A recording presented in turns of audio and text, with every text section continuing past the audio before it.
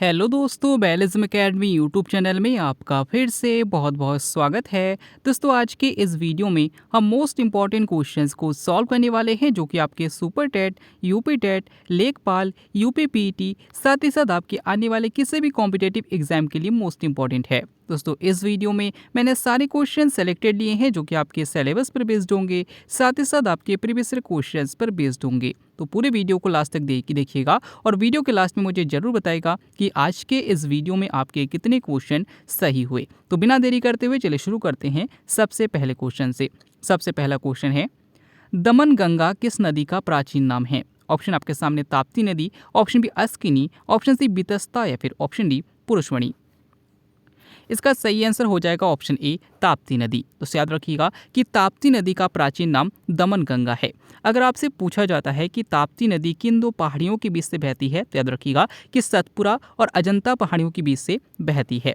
अगला क्वेश्चन, मध्याह्न भोजन योजना कब शुरू हुई? ऑप्शन आपके सामने है 15 जुलाई 1995, ऑप्शन बी 15 अगस्त 1995, ऑप्शन सी 25 अक्टूबर 1995 या फिर ऑप्शन डी 5 नवंबर 1996।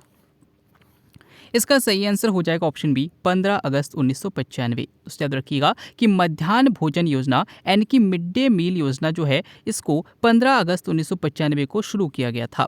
अगर आपसे पूछा जाता है कि मध्याह्न भोजन योजना का वर्तमान में नाम क्या कर दिया गया है तो याद रखिएगा पीएम पोषण योजना कर दिया गया है। नेक्स्ट क्वेश्चन है, विश्व का सबसे ऊंचा ज्वार कहाँ आता है? ऑप्शन आपके सामने खच्च की खाड़ी, ऑप्शन बी फंडे की खाड़ी, ऑप्शन सी खंबात की खाड़ी या फिर ऑप्शन डी उत्तरी सागर। इसका सही आंसर हो जाएगा ऑप्शन बी फंडे की खाड़ी। तो याद रखिएगा कि विश्व का सबसे ऊंचा ज्वार फंडे की खाड़ी में आता है। अगर आपसे पूछा जाता है कि दीर्घ ज्वार कब आता है और लघु ज्वार कब आता है तो ऐसे क्वेश्चन जब पूछे जाते हैं तो याद रखिएगा कि जब सूर्य, पृथ्वी और चंद्रमा तीनों एक सीध में होते हैं तो दीर्घ ज्वार आता है और जब तीनों समकोण में होते हैं तो लघु ज्वार आता है।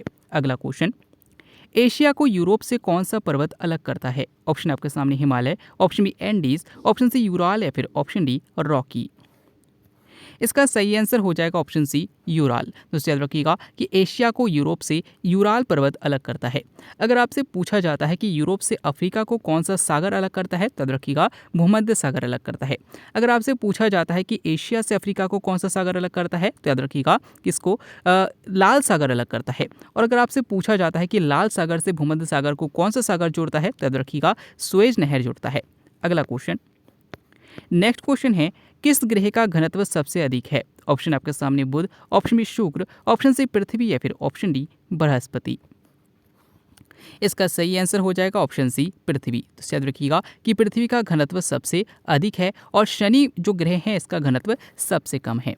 अगला क्वेश्चन, किस खाड़ी से होकर अंतर्राष्ट्रीय तिथि रेखा गुजरती है? ऑप्शन आपके सामने बेरिंग जल संधि, ऑप्शन बी बंगाल की खाड़ी, ऑप्शन सी मन्नार की खाड़ी या फिर ऑप्शन डी अलास्का की खाड़ी।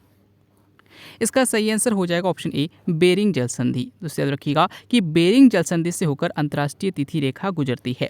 अगर आपसे पूछा जाता है कि कितने डिग्री देशांतर रेखा को अंतर्राष्ट्रीय तिथि रेखा कहा जाता है तो 180 डिग्री देशांतर रेखा को अंतर्राष्ट्रीय तिथि रेखा कहा जाता है।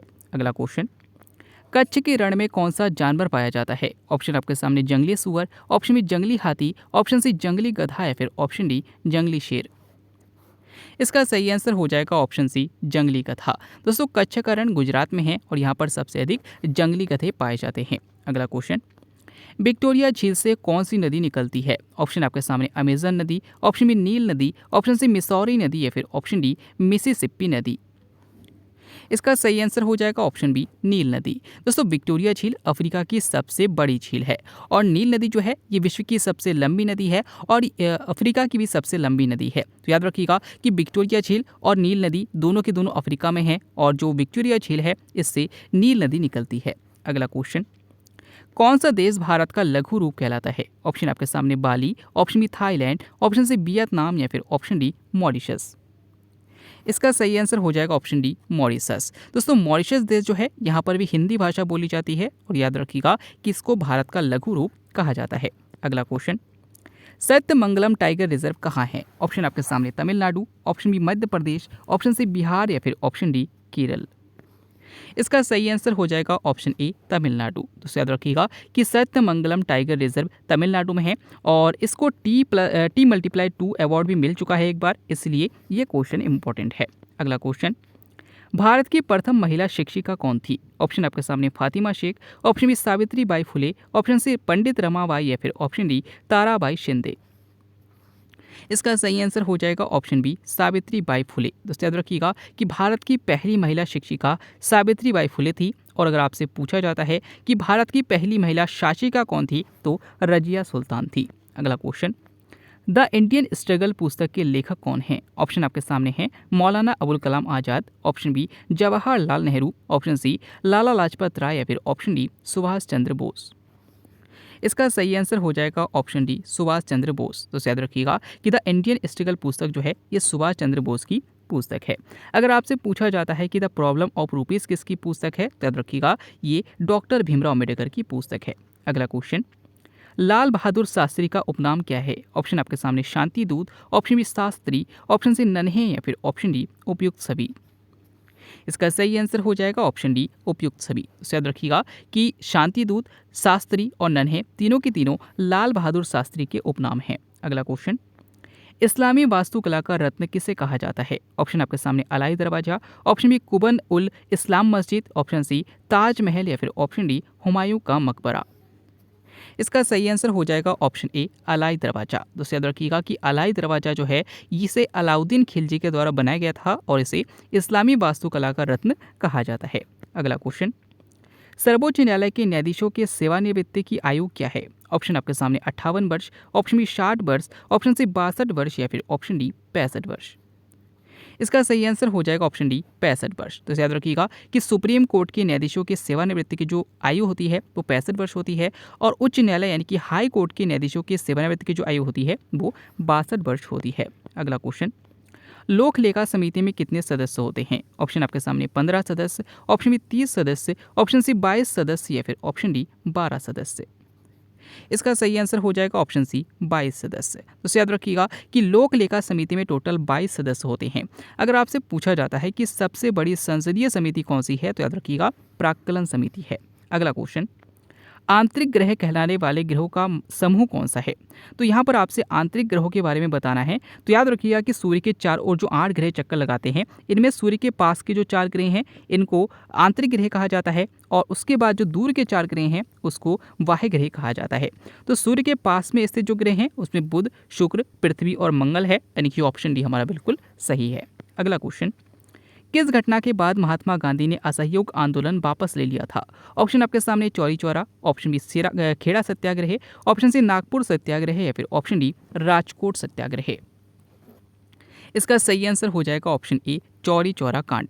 दोस्तों आप सभी को पता है कि 1920 में गांधी जी के द्वारा असहयोग आंदोलन चलाया गया था, लेकिन चौरी चौरा कांड जो कि 1922 में हुई थी, जिसमें पुलिस थाने में आग लगा दी गई थी और पुलिसकर्मियों की इसमें मौत हो गई थी। इसी घटना के बाद गांधी जी ने चौरी चौरा कांड को स्थगित कर दिया था। शास्त्रीय संहिता किस ग्रंथ का उपनाम है? ऑप्शन आपके सामने Rigveda, option B Atharvaveda, option C Ramayan या फिर ऑप्शन डी महाभारत।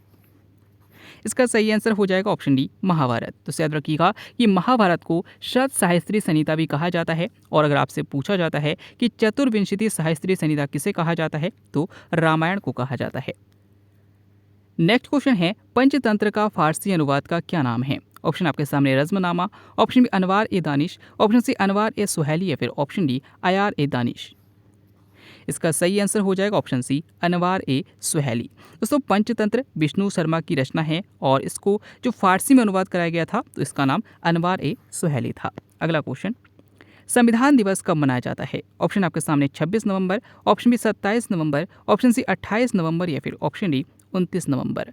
दोस्तों इस क्वेश्चन के आंसर आपको कमेंट बॉक्स में बताना है। आज के वीडियो में आपके कितने क्वेश्चन सही हुए, साथ ही साथ आज का वीडियो आपको कैसा लगा कमेंट बॉक्स में जरूर बताइएगा। वीडियो अच्छा लगा हो तो वीडियो को लाइक कीजिएगा, चैनल को सब्सक्राइब कीजिएगा, अपने दोस्तों को शेयर कीजिएगा। मिलते हैं अगले वीडियो में, तब तक के लिए देखते रहिए, सीखते रहिए।